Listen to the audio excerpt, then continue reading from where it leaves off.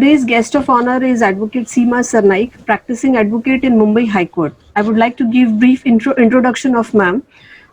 Ma'am has completed her entire education till BSc LLB from Nasik. She is from Nashik. Initially, she wanted to start her law career in the criminal side. However, the destiny had other plans, and we have her here since year 1982.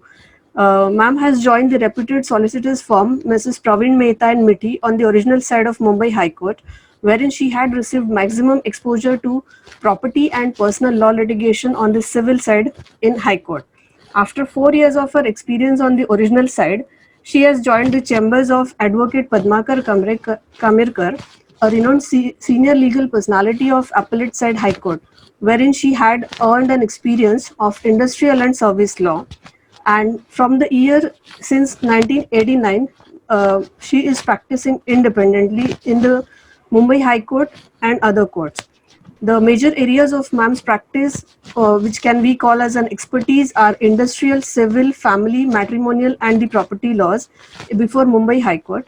She has, to her credit, an experience of 38 years in the legal field in the Mumbai High Court as well as in other courts. Uh, Further, ma'am has conducted very famous cases. One of few I would like to mention here. She has conducted during her legal career. She has conducted many important cases of public importance and public interest. Appeared in the matter of anti-defection bill on behalf of the then member of parliament, late Madhu Dandavate, and others. Dabhol project, power project, popularly known as Enron, power purchase agreements, powers of presidents of India under the Constitution of India on behalf of late Mr. P.B. Samant and late Mrs. Mrinal Gore. Further, she had assisted Mr. C.K. Bapu Saheb Parulekar, a senior advocate in very famous criminal trial of P.B. Samant and others versus A.R. Antule, former chief minister. Ma'am has also, to her credit, conducted a famous case known as Metal Box Workers Union versus Metal Box on the subject of lockout and closure before the Industrial Court, High Court, and even before Honorable Supreme Court, and also before the Board of Industrial and Finance Reconstruction.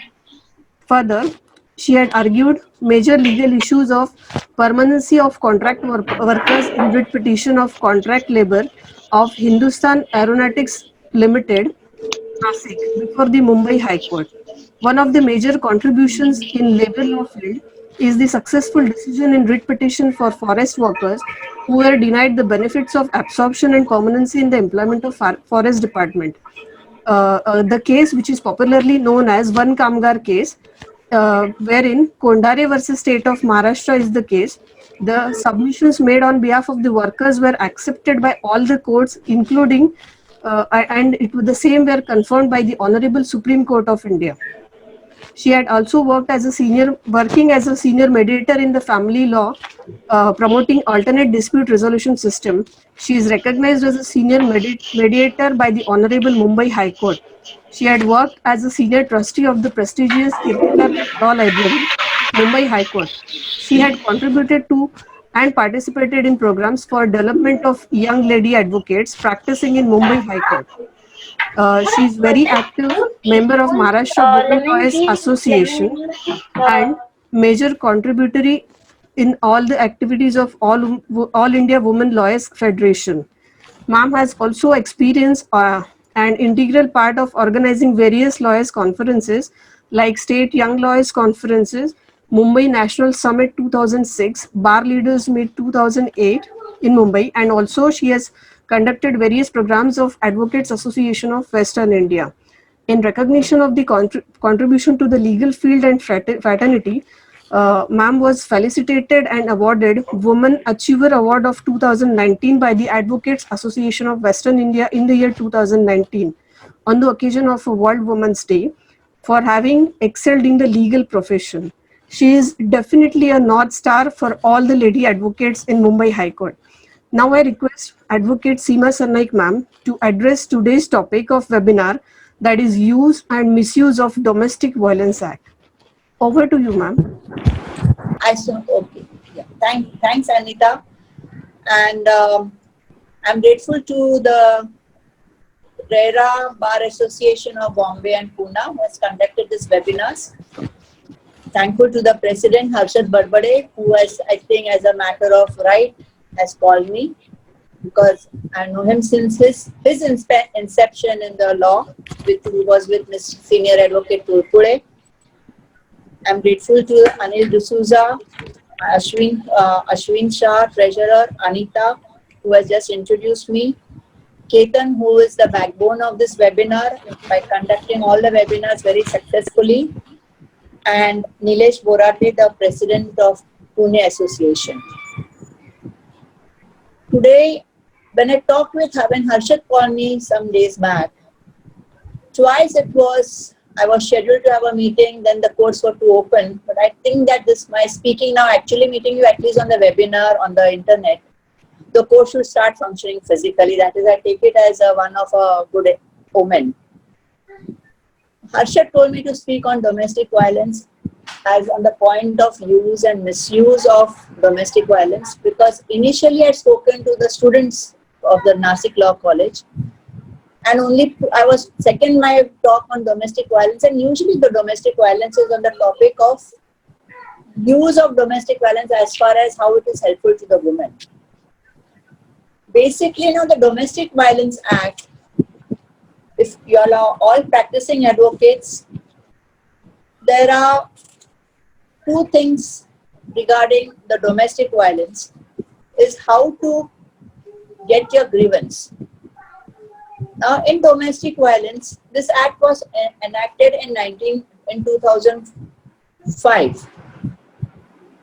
And if you see the preamble of the act or the object of the act, it is to provide an act to provide for more effective protection of the rights of women guaranteed under the Constitution who are the victims of any kind occurring within the family, and for the matters connected therewith or incidental thereto. It has come in effect on 26 October 2006. What was the need of enacting this Domestic Violence Act? You have to go to the background for the purpose of use and misuse of Domestic Violence Act. We have to go to the background of how this, under what circumstances this act came to be enacted. Now, we have been evolved from good old days. Usually, we means I would talk as far as Hindus are concerned, or our social economic conditions, where the marriage was held for a Sat Janam. As for the Christians, it was to vow unto death, to live together and love to each other unto death. For the Mohammedan, is still the husband gives you talaq. And that era was something different, where the woman was considered as the lowest strata. Her status was the lowest strata as per the Manusmriti. Slowly, after the efforts of Savitri Bai Phule and others, we were evolved. Our social changes took place, and the ladies were allowed to study. Bigamy was considered as an offence, and therefore there was an amendment in our act that not to marry. Bigamy became a criminal offence, and accordingly, over a period of time, the social changes, the Hindu Marriage Act came to be amended. From time to time, IPC, the adultery became an offence, bigamy also became an offence.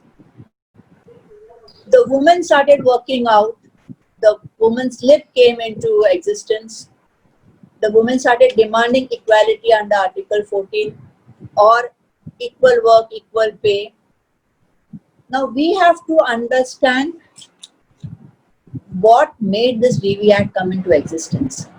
Now there was a lot of spurious cruelty meted out to the ladies for the concept of dowry. And therefore, Dowry Prohibition Act, I think, came into existence in 1961.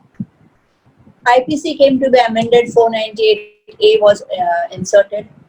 Now, even 498A initially, it was so strict that as soon as you went to a police station to make a complaint against the husband, whatever may be a complaint, that is hitting you, is assaulting you, The police would immediately equate it with 498A, and the husband's family and the husband were called in the police station. They were detained in the police station. They may not have been put in the custody, but at least they were detained on the papers. It was taken into custody.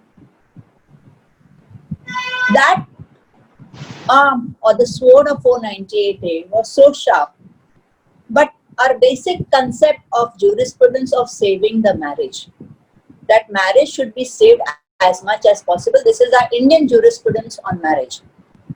It came to be noticed that it is being misused more than the use.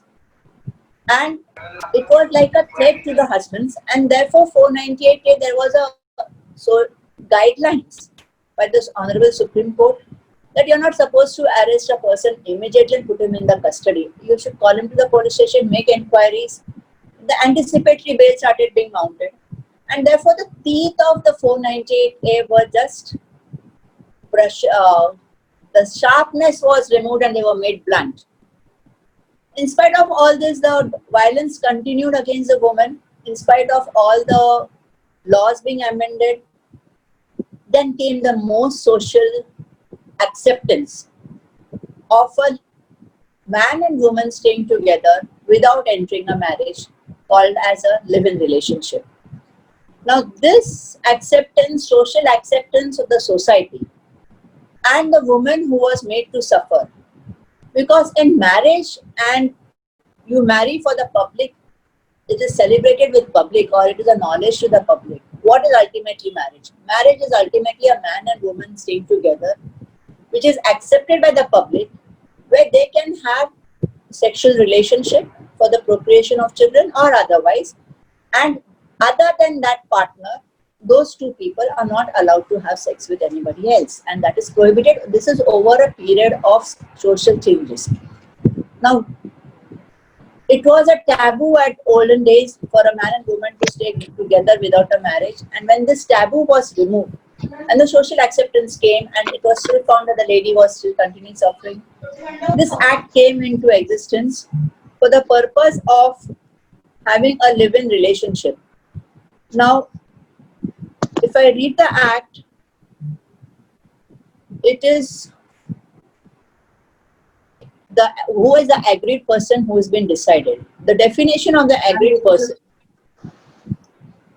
is a woman who has been in a domestic relationship with the respondent and who alleges to have been subjected to any act of domestic violence by the respondent. So now two definitions or adjectives of the circumstances come into existence, is a domestic relationship and a domestic violence. Now domestic relationship is in the definition of 2F, means a relationship between two persons who live or have at any point of time live together in a shared household when they are related by consanguinity, marriage, or through a relationship in nature of marriage, adoption, or are family members living together as a joint family. Here the concept of shared household comes. Marriage is already also included, or through a relationship in the nature of marriage. Now, adoption or joint family. So now the two definitions or the two words, adjectives or the circumstances is live together, LIVED. So it is in the past, because this will be useful for our retrospective effect or on the point of limitation. Live together in a shared household. The definition of shared household is also there, and in the nature of marriage. Now, what is nature of marriage? Nature of a marriage is actually the live-in relationship that the man and the woman who are not married as per any customary law, under the personal customary law or under the Indian Marriage Act or under the Indian Special Marriage Act, not Indian Marriage Act, Special Marriage Act, which we call the court marriage or the registered marriage.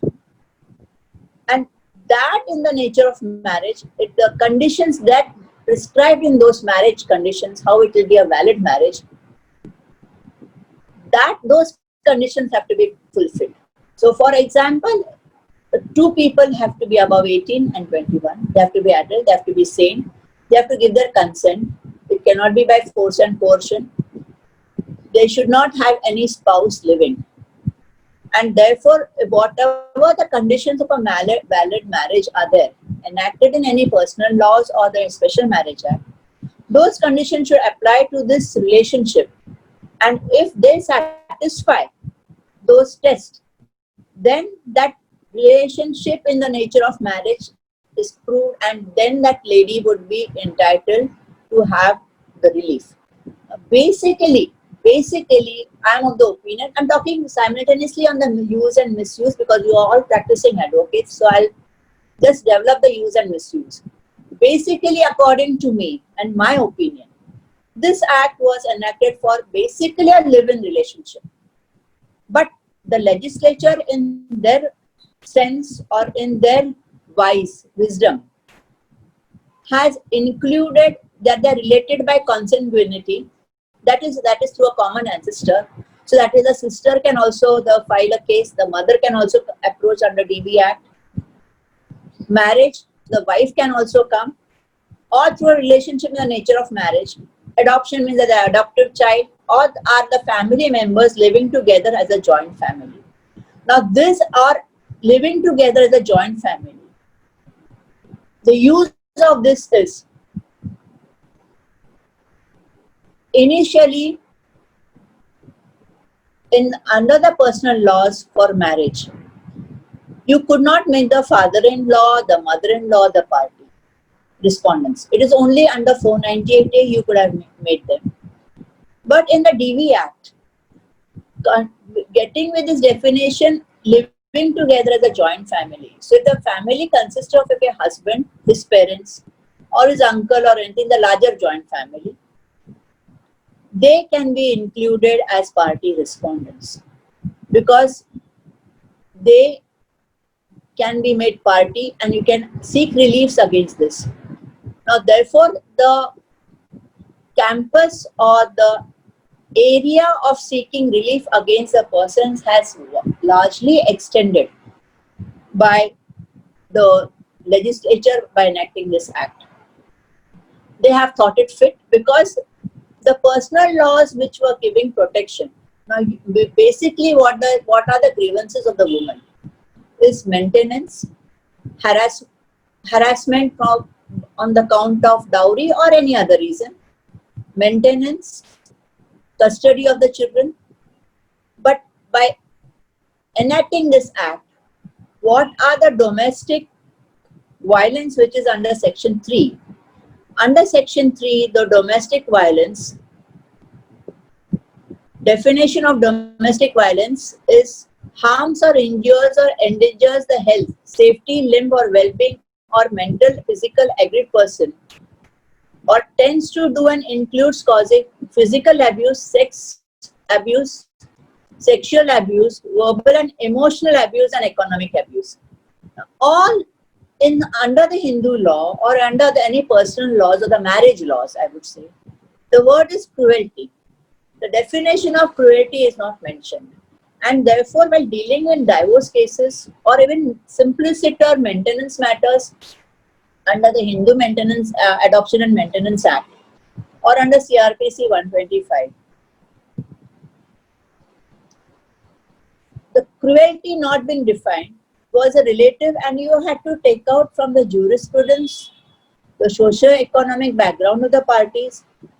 Now, all this has been taken away, and cruelty is defined. The cruelty is not defined, but the violence is defined, which is the cruelty, and they have specified so many in Section 3. Harasses, B is harasses, endangers the aggrieved person with a view to coerce or any person related to her to meet any lawful demand for any dowry or property. Has effect the threatening of the aggrieved person related to her, otherwise injures or cause harms, whether physical, mental, to the aggrieved person. So it is done so very exhaustive, and what specific is not covered is otherwise injures or causes harm. Now, physical abuse is further explained. Sexual abuse is explained. Verbal and emotional abuse is also explained. Now, all this is economic abuse is also explained. All these are the first time being specifically put in the defining clauses. So you can be very specific what exactly, how, and you can plead accordingly, make amendments. Now, shared household, the definition is in 2S. Shared household is also means a household where a person agreed, lives at any stage, has lived in a domestic relationship either singly or along with the respondent, and includes such a household, whether owned or tenanted, either jointly by the agreed person and the respondent, or owned or tenanted by either of them, in respect of which either the agreed person or the respondent or both, jointly or singly, have any right, title, interest, or equity, and include such a household which may belong to the joint family of which the respondent is a member. Now, this has arisen because the misuse of by the husbands, by the mother-in-laws when the house stands in the name of the in-laws. The father-in-law, the mother-in-law used to file civil suits against the son and the daughter-in-law on the count of injunction and that they're causing disturbance and eviction. The prayers were that they should be evicted, and it was like a collusive suit. And this misuse of civil nature, because of dishousing the woman, the concept of this shared household has come where she has lived in at any point of time. So even if it is in the past she has lived in any shared household, she can ask for a right to stay in that. And this has covered a lot of avenue to the lady to approach the court, where in spite of various laws, she has been deprived to get any remedies effectively. Now, why the criminal color has been given? Because our courts have decided in various matters that the remedies are of civil nature, but it is a magistrate who has given the powers to entertain these applications. And an application is to be made to the magistrate in judicial magistrate first class. Now, these applications, when are being made to the magistrate, why they have been put up in a civil suit, in the criminal court? See, initially comparing it with the Negotiable Instruments Act, if you are, 1 minute, if Negotiable Instruments Act, if it is covered, initially for dishonor of checks, before the Negotiable Instruments Act came into force, we used to file summary suits under before the civil court for dishonor of checks. That took n number of years, lot of time, and it took its own course. And therefore, to speedy up the remedy for dishonoring of checks, Negotiable Instruments Act came into force, and they were to be tried by the magistrate. And as soon as they have been tried by the magistrate, and the Negotiable Instrument Act is a code by itself, that as soon as it was carved out from the CPC for summary trials, was carved out before the and when special court powers, magistrate were given the powers, hoping that a speedy remedy is available to the person with the reliefs in whose favor the checks has been drawn. Basically, the human psychology is that they're scared to go before the police station and after to attend the magistrate's court. I think the human psychology is that they are not scared, or the status is not lowered if they go to a court of law, in a civil court. But going to a magistrate's court, people are scared. The status, it is our psychology which plays ultimately. And therefore, this power, the provisions which are reliefs which are granted under section 18 to 22 are all of a civil nature. All these reliefs can be made available to the lady under the personal laws while seeking divorce, or simpliciter making an application for maintenance. She can ask for the interim reliefs that she should not, and the definition of maintenance over a period of time started including not only food but also shelter, education, medical expenses, which is all specifically mentioned under the DV Act. In not, it is not developed under the DV Act. There are specific clauses for section 17. If you'll go through section 17 is for residential rights. Section 18 is the protection orders.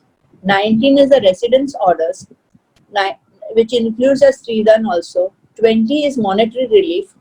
21 is regarding the custody, and 22 is a compensation. Now, there was a concept of 22 of compensation was not available in the personal laws. And monetary relief, also the concept of loss of earning, loss of damage, and these two concepts were not available in the matrimonial laws while granting the maintenance. This has been more specified because while specified in the DV Act, where all this are separately provided, the various heads which were developed for granting of Sridhan, the loss of earning, loss of damages, or compensation or damages under 22, section 22, has been specifically mentioned to help the lady for the Tortious Act under the law of torts. That how the damages, because we know about the damages which come under the torts for suffering, is only under the Motor Accidents Act, or a special case for damages which we file separately by filing a civil suit, where you have to pay extensively court fees on the proportionate to the ad valorem fees proportionate to the quantum what you're asking. But under DV Act, you don't have to pay whatever is the specific court fees. Other than that, you don't have, the court fees doesn't depend on the quantum of the damages what you're asking or the monetary relief. Now, all this, even under the Hindu Maintenance Adoption Act, you have to pay the ad valorem fees. But if you're asking for all the alimony, and if you're asking for maintenance order and under the Marriage Act, you have to pay the specific court fees of, I think it's now 100, I'm not very sure, you have to verify. So now all this, the reliefs which were developed over a period of time by interpretation of law, by jurisprudence, or because of the social changes where the courts had to interpret over a period of time of over 20-25 years, to bring in all this has been specifically included under the DV Act. Now the use of this is that if a lady does not want divorce and she is being ill-treated, she can get the protection order without going in for divorce. She can stay under the same roof. She can also seek relief on the point of under section 19 for residential orders, even against her in-laws, but she has to prove that she was living with a shared accommodation or she had lived, that is the past tense, in the shared accommodation, whether it is tenanted or if it is a joint family and the husband is a part of the joint family. What is ultimately joint family? You have to show that the joint family is not exactly meant for, because there's a chartered accountant with us, that is Ashwin Shah. Joint family concept for the chartered accountant means you have to open an account of a Hindu joint family. The Hindu joint family, which according to the old concept is the grandfather, the son, the uncles, or the great grandfather. That is 4 generations ahead. The fifth generation doesn't come in the joint family, the ancestral property, this property. Now, this joint family nowadays, because of separations and having a nuclear family, the joint family is now restricted to father and son. not the grandfather and the great grandfather. Now, for purpose of taxation, I don't know much about tax law, but for the purpose of taxation, you open an account of HUF, that is Hindu Undivided Family, or it can be a joint family. But there, the account is open in the name of, which includes a husband, wife, their children, their daughters. So that is our parents, mother, father. It doesn't go to beyond that unit of the father, mother, son, daughter-in-law, or the unmarried daughter. Now, these joint family concepts, so you have to only show that yes, you don't have to have an account of a HUF to show that he was a part of the joint family. You have to only plead, yes, it was for the purpose of having a common, what is ultimately the basic concept of joint family is a common kitchen and a common income which goes, even if you are having different sources of income, all that income goes in a common potty and it is distributed among all the members irrespective of the earnings of each family member. Now, these are the pleadings which we'll have to show that yes, though the father it belongs to my father-in-law, but my husband was staying there. We were staying together. Cooking was separate. Everything it was together, and we dined and we slept in the same house, and the kitchen was common. And therefore, the concept of joint family wording, which is the residence orders, is come, which I read out the section of shared household. Now, this act which is there is provided for with the teeth to get the civil remedies. Now, our High Court has the larger bench, led by Justice B.P. Dharmadhikari, has held that it is a crime, whether the nature of the proceedings is civil or criminal. Now, all these provisions, Section 28 says that the magistrate can adopt his own provisions and CRPC is applicable. But he can adopt his own rules and regulations. Now, for the purpose of nature of proceeding, whether then CRPC is applicable, our high courts have held, and even the Supreme Court has held, that the remedy, the nature of the remedy is of a civil nature, but the method, how or the procedure to be adopted by a court is of a criminal nature, or the magistrate can adopt his own proceedings for the purpose of effective delivery of justice to the aggrieved person. Now, that is under Section 28 of the DV Act, which empowers the court to have its own procedure. That is Section 28. And that has been elaborated and gone into by our High Court, that it is the procedure which is to be adopted,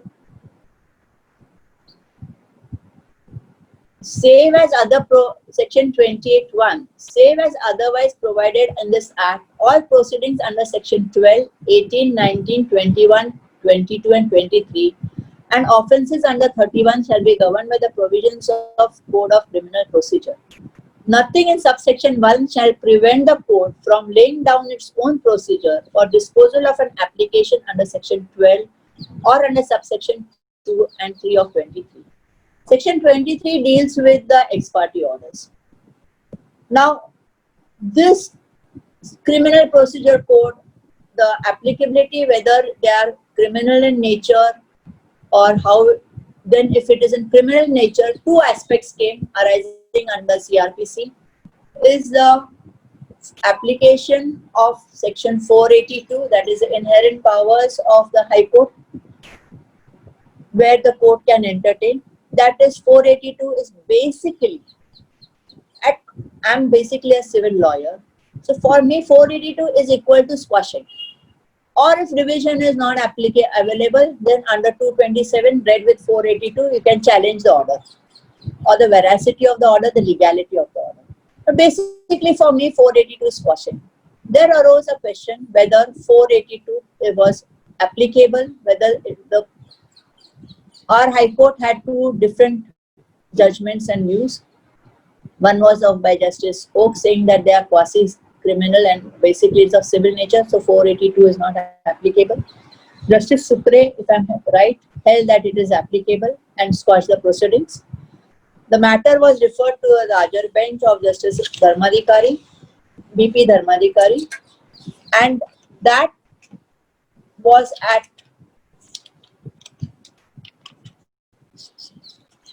just a hanging judgment, and that held that it is CRPC is applicable, but whether it is for purpose of squashing or otherwise. But ultimately it was referred to a larger bench, and this larger bench, again headed by Justice BP Dharmadhikari, held that it is 482 is applicable for the purpose of squashing and even for the purpose of meeting the ends of justice. If there is a abuse of process of law, then 482 can be used, and it is held that 482, I'm just quoting it, 482 to be exercised not just to squash the proceedings, rather it has to be exercised for specific as well as broader purposes. The exercise of the inherent powers has been delineated to such purposes as giving effect to any order under the code or to prevent abuse of the process of code or otherwise to secure ends of justice. Now, this has held basically that you can ask for, therefore it would be in the nature of criminal procedure, but the CRPC also says that there is 1 year limitation in CRPC to file a criminal offense, and then therefore the stand taken by the husbands for the misuse. Here are various examples. There are judgments that whether and complaint under section 12 of the DV Act can be filed after a lapse of 1 year. There are two issues in this.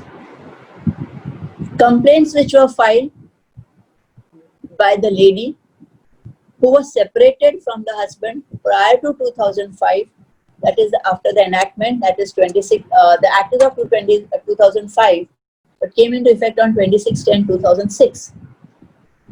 Or whether after a period of number of years of separation she has filed, or whether there are cases that even after divorce, getting a divorce, even by mutual consent, she has filed, whether that was available, that avenue. Here is a misuse as far as the DV Act is concerned. We as advocates have to think it properly. Even if the law says, or there are judgments that it can be filed after the 1 year, the misuse is, we as advocates have to develop the law slowly and get the judgments that if there is a divorce by mutual consent, where the wife has given up all her rights, whether that the lady can approach the court of law for maintenance or any other reliefs after a period of, I'm not talking exactly 1 year, but after she has lived separately for 10 years, 15 years, 5 years, a reasonable time. Reasonable time under the General Clauses Act is defined something like 5 years. But it all depends from case to case. Now, the lady who can get reliefs under the personal laws by filing, which she has already filed under before the family court, or any under the civil court for divorce, whether her filing of application, she is not barred from filing the application under DV Act or under 125. Whether there should be a bar or there should be some prohibition for her to get the similar civil reliefs under the DV Act, only because the DV proceedings are available. Now it has to be considered that 498, the teeth were there, they have become blunt. 125 had also, the teeth have become blunt. Now, by misusing this DV Act, I feel a similar situation will come in the near future where even DV Act will be not as helpful to the lady as 498A was helpful to her, or the 125 proceedings were helpful to her. Now, the misuse part is she can easily make this application under section 26 of the DV Act, because 26 provides of the DV Act that you can make an application for the reliefs under section 17, 18. I'll just read the 26. 17, 18, 19, 20, 21, 22. From 18 onwards, you can make an application in any pending proceedings, civil or criminal or any other proceedings. This section 27, 26, relief in other suits and any relief available under section 18, 19, 20, 21 and 22 may also be sought in any legal proceedings before a civil court or a family court affecting the aggrieved person, the respondent, whether such proceeding was initiated.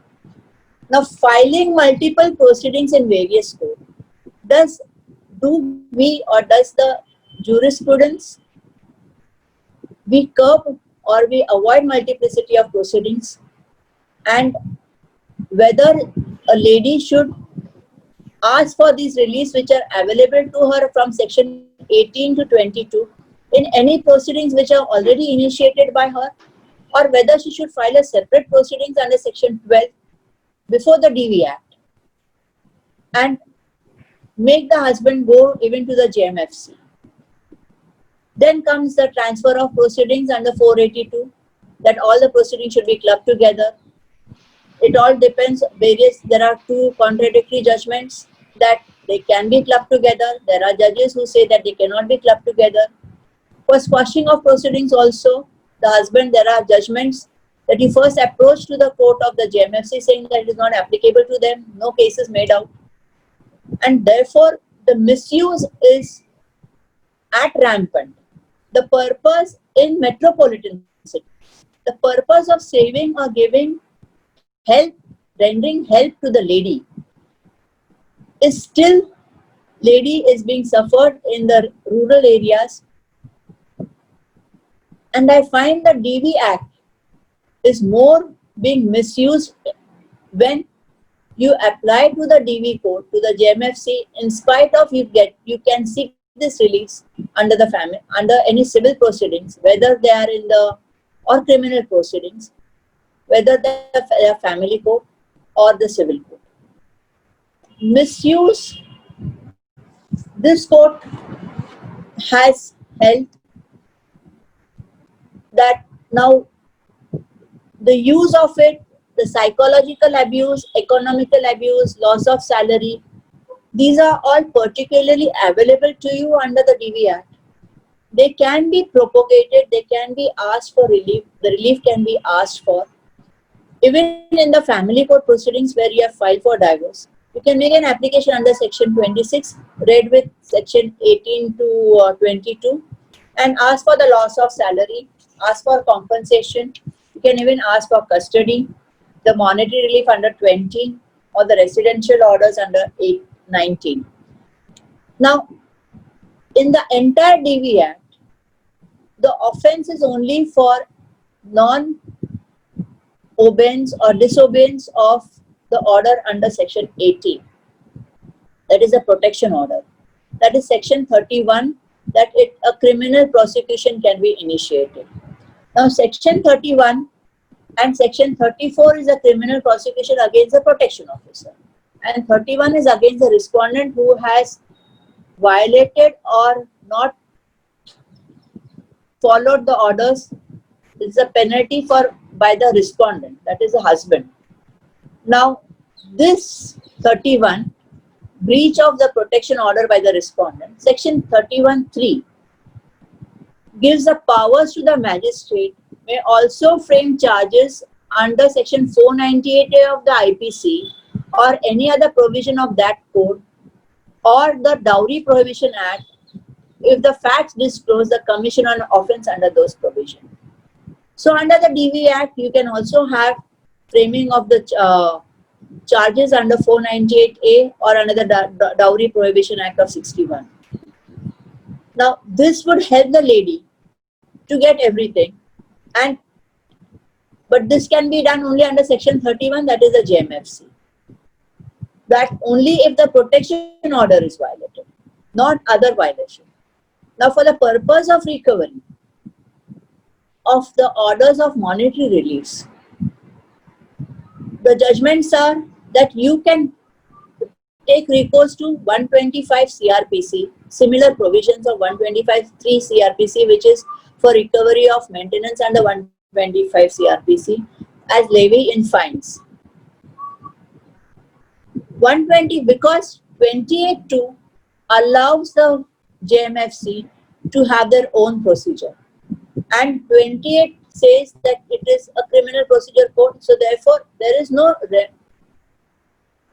any provisions under the DV Act for the purpose of how any orders of monetary relief are violated, how they should be recovered. Under the Hindu Marriage Act, you have CPC is applicable because the initially the matrimonial matters would under the HMP, Hindu marriage petitions would be before the civil court. So CPC was applicable. Therefore, Order 39 was there, that if the order is violated, either the petition is dismissed or the defense is struck off. Similar provisions you can make under the family code because CPC is applicable in the family code while hearing, or the provisions or any other rules. A warrant can be issued. Now, this misuse of the lady by seeing that a warrant gets issued and the husband is harassed because he goes to the prison. Now, it is both ways. The husbands don't pay and the ladies have no other option but to use this. Now, the misuse part on the maintenance is the amount of the quantum of the maintenance which is to be granted. Now, under the personal law also, the quantum is as per the standard of living of the husband. Under the DV Act also, as per the standard of living of the husband. But under the personal law or under 125 CRPC, 125 CRPC is very clear, unable to maintain herself, and the husband refuses and neglects. Here also, if she is not in the jurisprudence in civil law, in the marriage petitions, is that if she is well employed, she is gaining, then the maintenance can be refused. But under the DV Act, there is no such provision. She only has to be the aggrieved person, whether she is working, she is not working, and without going into the veracity of her income or the veracity of the allegations, the maintenance is granted, and without going into what is the conditions of the husband at the time of passing of the order. Our High Court in Prakash Singh's matter has given that initially there has to be an allegation of domestic violence. Now this misuse, just because you make an application under section 18, 19, 20, 21, 22 or only under section 20 for the monetary relief under Domestic Violence Act, doesn't mean that the wife is entitled. She has to be first basically a aggrieved person, or she has to show that she is in a domestic relationship. Now, to show for being an aggrieved person, if there are no allegations of any domestic violence made against the husband and only monetary reliefs are asked, then our court has held that no, first she has to prove, or a prima facie case has to be there of that she is an aggrieved person of being on the receiving end of the domestic violence, then only she would be entitled, and the magistrate has to first be satisfied, at least prima facie, and firstly after being satisfied that there is a domestic violence, you have to find the veracity of the allegations, whether the wife is coming to the court immediately or within 1 year or 2 years, or she's coming after 15 years and asking for release because DV Act is applicable because Various courts have said there is no limitation, it is a continuous act. But having stayed separately for 10 years, 15 years, or after getting a divorce by mutual consent, by waiving off the maintenance, whether the wife would be entitled for maintenance under the DV Act, because there is no relationship between them for the last so many years. She has given up a right of maintenance consciously under the divorce proceedings under the mutual consent, and whether if she has given up, she has a remedy to ask for maintenance in spite of giving up her right of maintenance for modification of the order under the change of circumstances. DV Act also provides change of circumstances, but whether you can approach a order which has been passed by giving up the maintenance, coming without going into for change of circumstances, whether you can approach the DV Act, and this is the great misuse according to me. You have to, as advocates, there are advocates who take only cases on behalf of the ladies. There are advocates who take cases only on behalf of the gents. But I would feel as an advocate, you have to have a liberal lookout on the application of the law. And as advocate, as far as possible, try to have a balanced application of law and not one-sided, and not always say, okay, you are briefed by your client and you have to develop the case. But try to have a broader outlook, because if this continues, the Domestic Violence Act will have the same effect like that of 498A, Anti-Prohibition Act, or like the Negotiable Instruments Act. Now, even in the Negotiable Instruments Act, everybody goes and files 138 proceedings, and it has equally the same fate, because only the being scared of the imprisonment. Now, all these domestic violence, the judgments show that yes,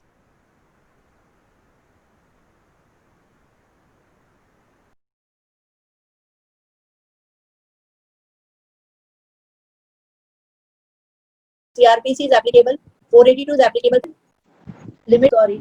Limitation is also extended,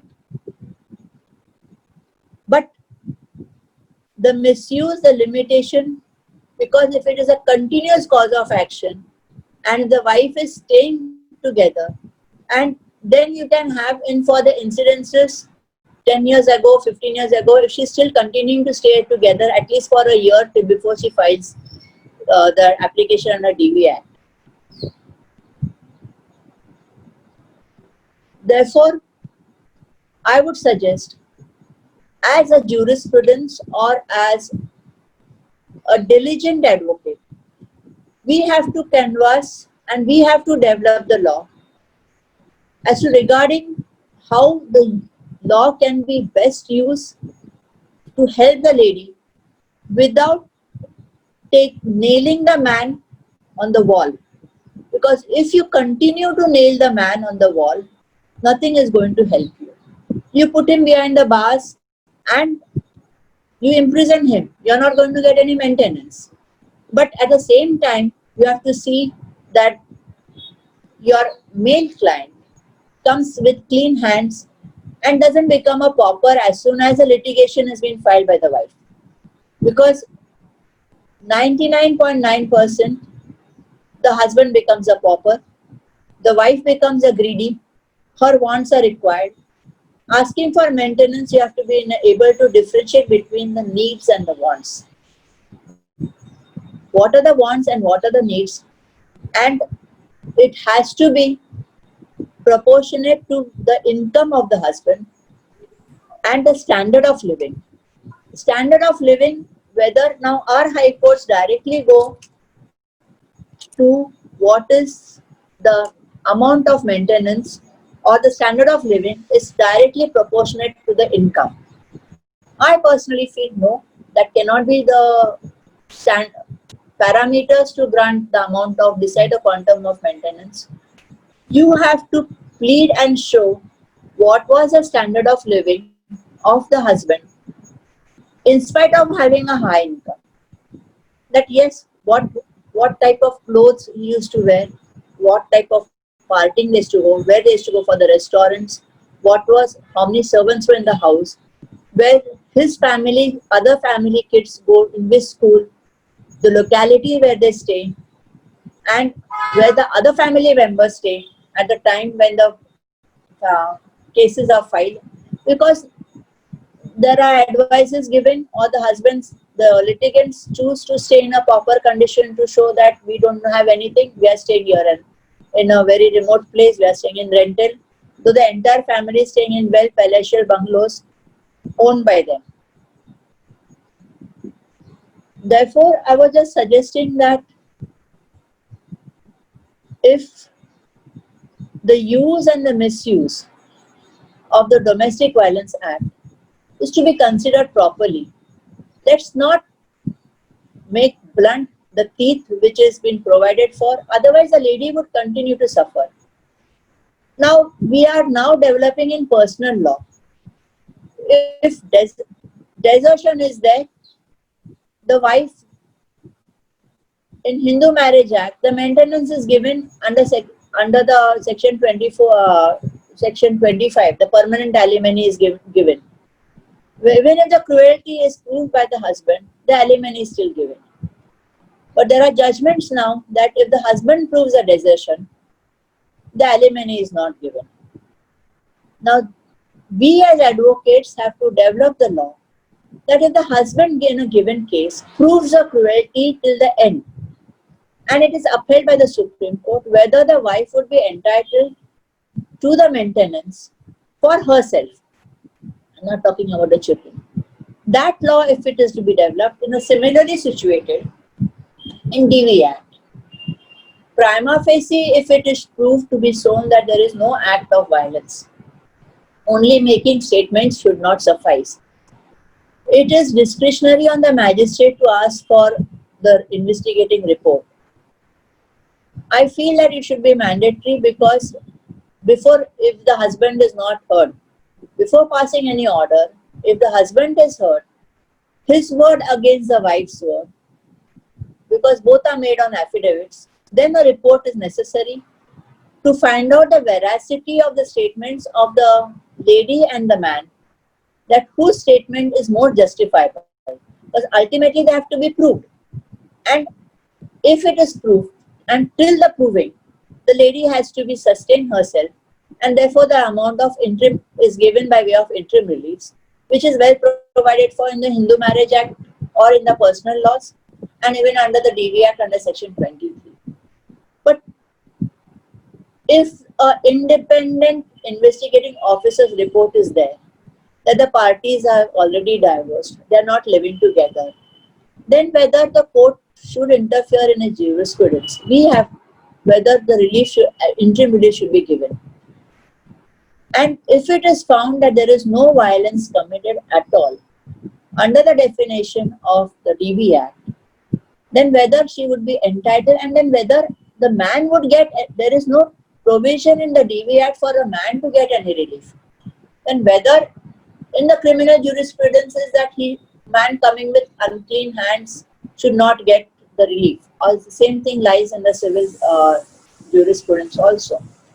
Whether the lady can be charged with exemplary cost if her DV proceedings are held that there is no domestic violence, or there was no domestic relationship, or there is no domestic violence, and therefore if a domestic violence, whether some exemplary cost should be granted to the lady to deter other ladies, not some. It has to be a sufficient amount to enable to deter the other ladies from coming to a court with a false case of domestic violence just because there is a law in favor of a lady.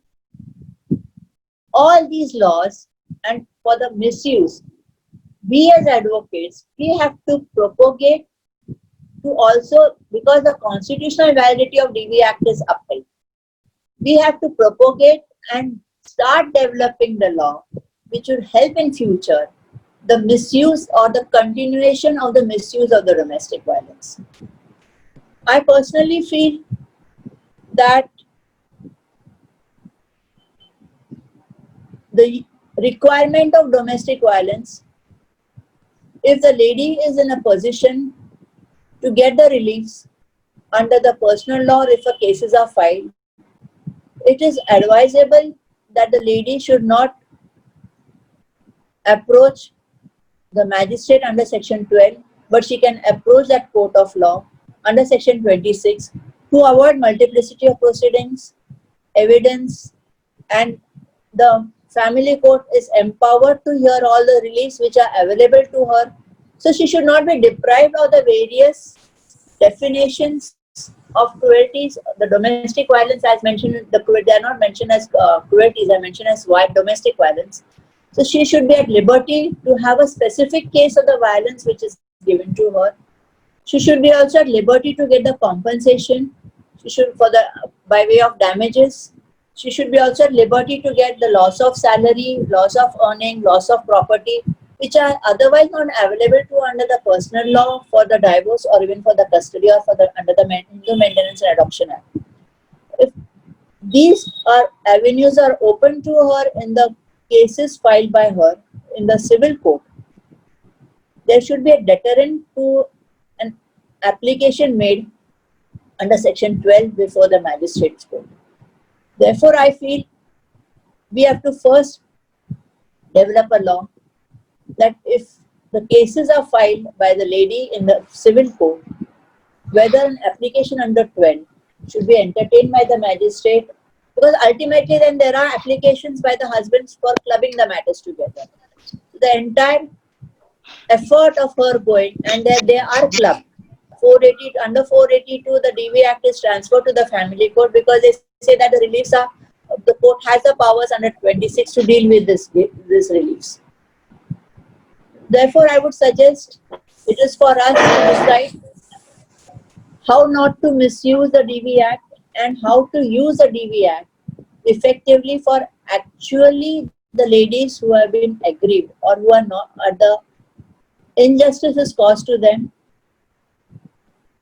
And all the procedures under DV Act from 18 to 22, the remedies available are being given, except the 31, but that is only for the protection order, and there is nothing else where you can send a person for imprisonment. Even under 125 for recovery, there is no imprisonment, there is a levy of fine. And for levy of fine, you have to give notice and the property is to be attached. And after show cause notice, then the warrant. Your direct warrant cannot be issued. I think I've covered the use and misuse. Harshad, I think my time is up. It's 10 past 6. Amita? Yes, ma'am. Thank you so much, ma'am. Should I proceed with the question and answer sessions? Yeah, you can. Yeah. Ma'am, the first question is, by Mr. Advocate Anwar, that can a complaint under Section 498A and Domestic Violence Act initiated simultaneously? And the same question is whether the complaint under DV Act, whether it bars proceedings under Section 498 and other proceedings under the Family Code. See, DV Act and 498, let me answer first question, whether a proceedings under 498 can be initiated under the DV Act. No. Okay. You have, according to me, under 498A, you have to first file a complaint, you have to lodge a FIR, and that complaint 498A goes to the JMFC and then it gets committed to the Sessions Court. Section 31(3), what I read out is that the magistrate may frame a charge if he finds 498A is a case is made out. So a complaint under 12 is only for the reliefs under 18 to 22. Yes. But for 498A, it is the magistrate's prerogative powers to frame a charge under 498A while dealing with Section 31. So you can't file it simultaneously along with Section 12. The application under the DV is under Section 12. You cannot file it along 498. It cannot be done along with Section 12. Yes. And the second one you have asked us about? Yes, whether that complaint under DV Act, whether it bars the 498A or other proceedings under Family Courts Act? No, complaint under DV Act will not bar any other proceeding. This is a complaint under 12 is an addition to the other civil proceedings and 498A. No proceedings are barred except that if there is a monetary relief which is granted of maintenance under Family Court Act or under 125 CRPC, all the courts, they take into account what is the amount of maintenance granted in various courts while granting the maintenance under DV Act. So simultaneously under 125, when it is in dealing with maintenance, they take into account what has been already granted under DV Act or under the civil law. If similarly in civil law, account is taken into what is the requirement, what are the other courts granted, and at the balance amount that credit is given. There is no specific bar. You can ask for maintenance under all the laws simultaneously or the relief simultaneously. So ultimately, if the maintenance is granted under Section 125 CRPC and also under the Domestic Violence Act, then the total maintenance, which will be exclusive of the vice versa proceedings. Inclusive. It will be inclusive. Because they have to give a reason. They have to give a reason. Suppose the wife is entitled to 25,000. Yeah, okay. And the 125 has granted only 10,000. And the DV Act considers this. Because the husband is going to say that 10,000. Actually, the DV Act says that she has to make she has to inform the court what are the relief she has got from other courts. Yes. And if the DV Act feels that yes, 125 is granted 10,000 and I feel that 25,000 is sufficient, Yes. then that 10,000 credit is given. Now here, pausing here for a moment, I want to show the use and misuse. If one court has granted 10,000, so there is an application of mind of a judge, of any judicial officer, whether he is a coming under CRP, the criminal courts or the civil courts. The judicial officer has applied his mind once and come to a conclusion of 10,000. The next judge applies his mind and comes to a conclusion of 25,000. Would not this amount to misuse? Or sitting over appeal? It is like enhancement. Yes. Whether it would amount to enhancement, and this is what the misuse is, that okay, because initially say RPC initially had only a limitation 500 to 5,000 to 15,000 or so, and now the limitation is taken off. Yes. At present there is no limitation. Earlier there were limitation, there was a capping, so then one could go. But now if there is a judicial application of mind for grant of maintenance, I'm only talking about maintenance, I'm not, and if that maintenance includes shelter, food, clothing, medical expenses, children's education expenses, then whether another court can apply its judicial mind again, which would amount to enhancing the amount, like under the change of circumstances or by way of appeal. Yes. That misuse, that would amount to misuse, and it is here as advocates we have to propagate that once a judicial mind is applied for determining the amount of maintenance for a wife, the circumstances are not going to change because you are in a civil court or a criminal court. Whether the other court should have the prerogative of changing the amount or enhancing the amount or even lowering the amount. Lowering of the amount doesn't come into question at all. Yes. The court would say no, 10,000 is sufficient, nothing more is required. For enhancement, whether the other court, this is the concept of misuse. Yes. And there the law has to be developed. Yes. The next question is by Advocate Sonam. Can a husband claim compensation for filing a false complaint under DV Act? No, that would be a separate proceedings by itself. Compensation, you'll have to file a civil. Under DV Act, the husband will not get any relief except by a judgment for the purpose of visitation rights under Section 20 of the DV Act. 21 of where the custody matters are there. The husband is not entitled for any relief under DV Act. Okay, ma'am. The next question is by Mr. Advocate Parveen Kumar. In one of my case pending before Honorable Punjab and Haryana High Court for quashing of Domestic Violence Act, a woman filed a complaint after 3 years of separation. Will evidence be appreciated in quashing because wife makes false averment of separation within 1 year of separation, and evidences are already exhibited in family court under Section 125 CRPC? See, under 4.8, especially in pending matters, is advisable not to ask any question because they're sub judice. But Yes. ultimately, 482, the courts have held there is no standard formula or a rule.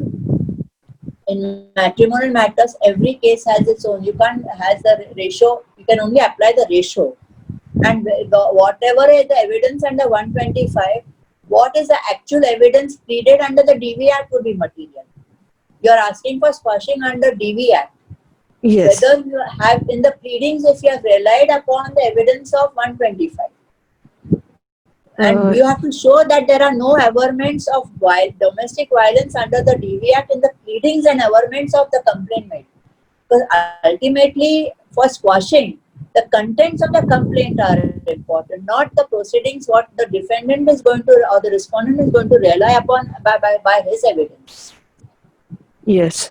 Even in a regular civil suit, if you file a civil suit, the plaintiff has to stand by his own the maintainability of the suit or the maintainability of a criminal complaint is on the basis of the averments, on the point of jurisdiction, limitations, or the maintainability or the territorial jurisdiction, pecuniary jurisdiction in the criminal matter, the definition, whether you fall in the definition.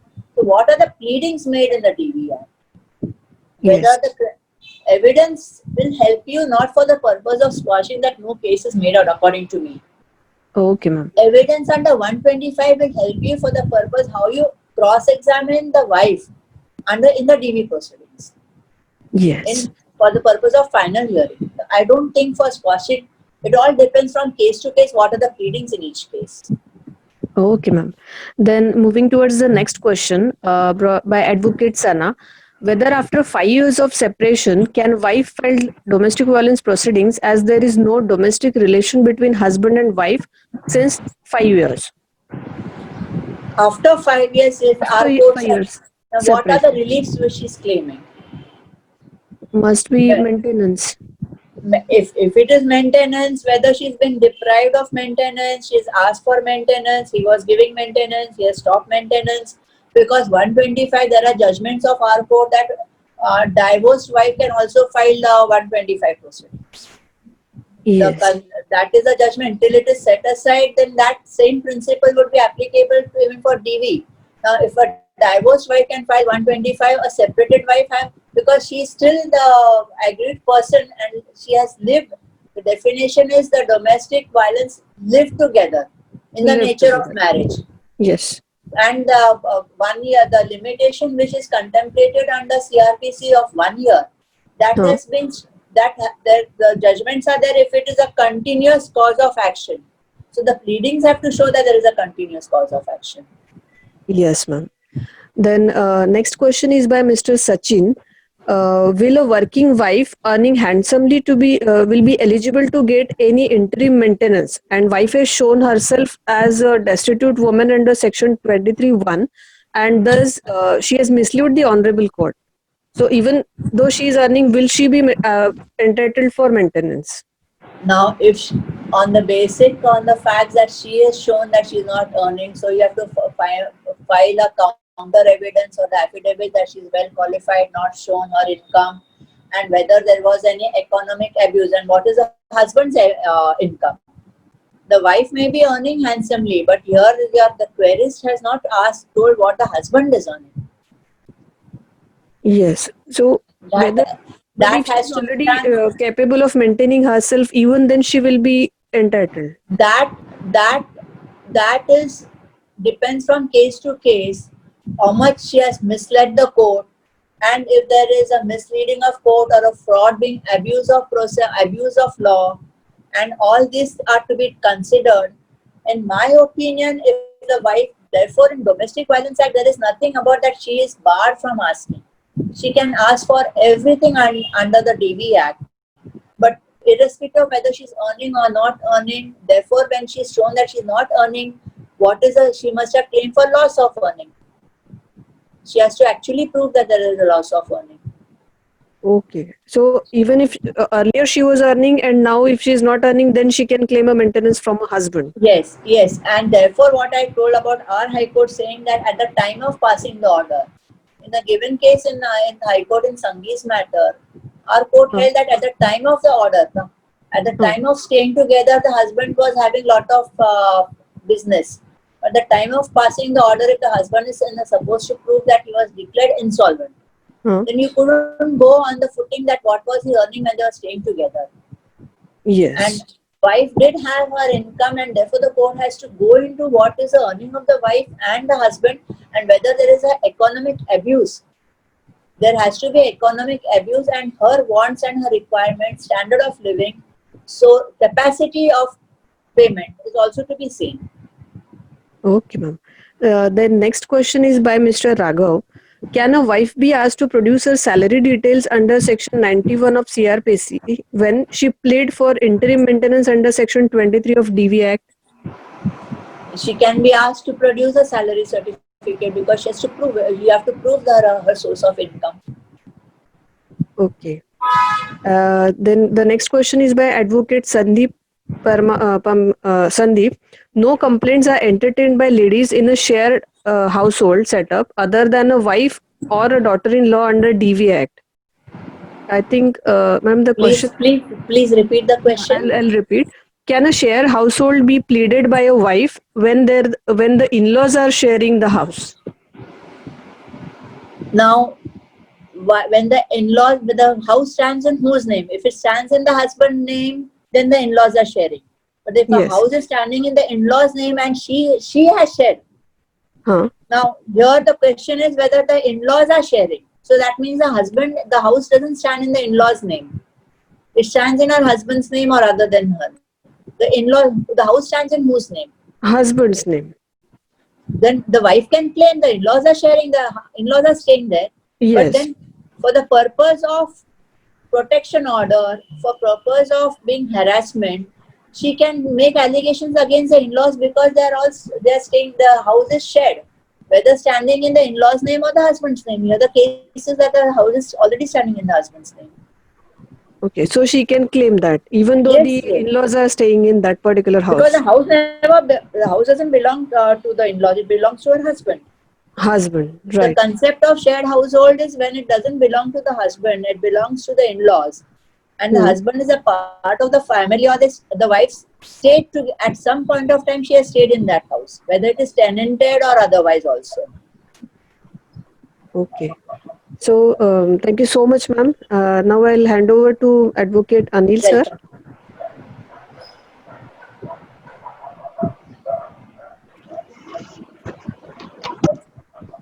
Ma'am, thank you very much for the detailed presentation on such a very, I would say, very difficult topic, because it is, it has to be balanced in such a fine way, and there are both aspects to it. There is a use also, and there is a misuse also. There is an abuse also.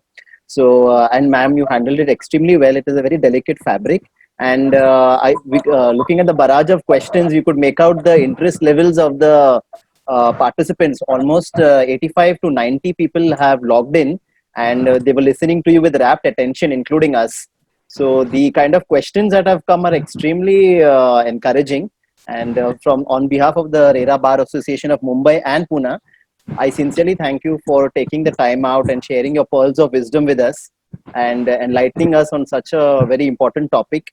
Like we say, most of us, that family court matters are very emotional issues, but the way the way you have taken us through this entire webinar tells us only one thing, that you are made of guts of steel. I don't know for that. Thanks for giving me this opportunity. For the misuse, we have to just, and allowing me to share my thoughts. And thanks for being patient with me.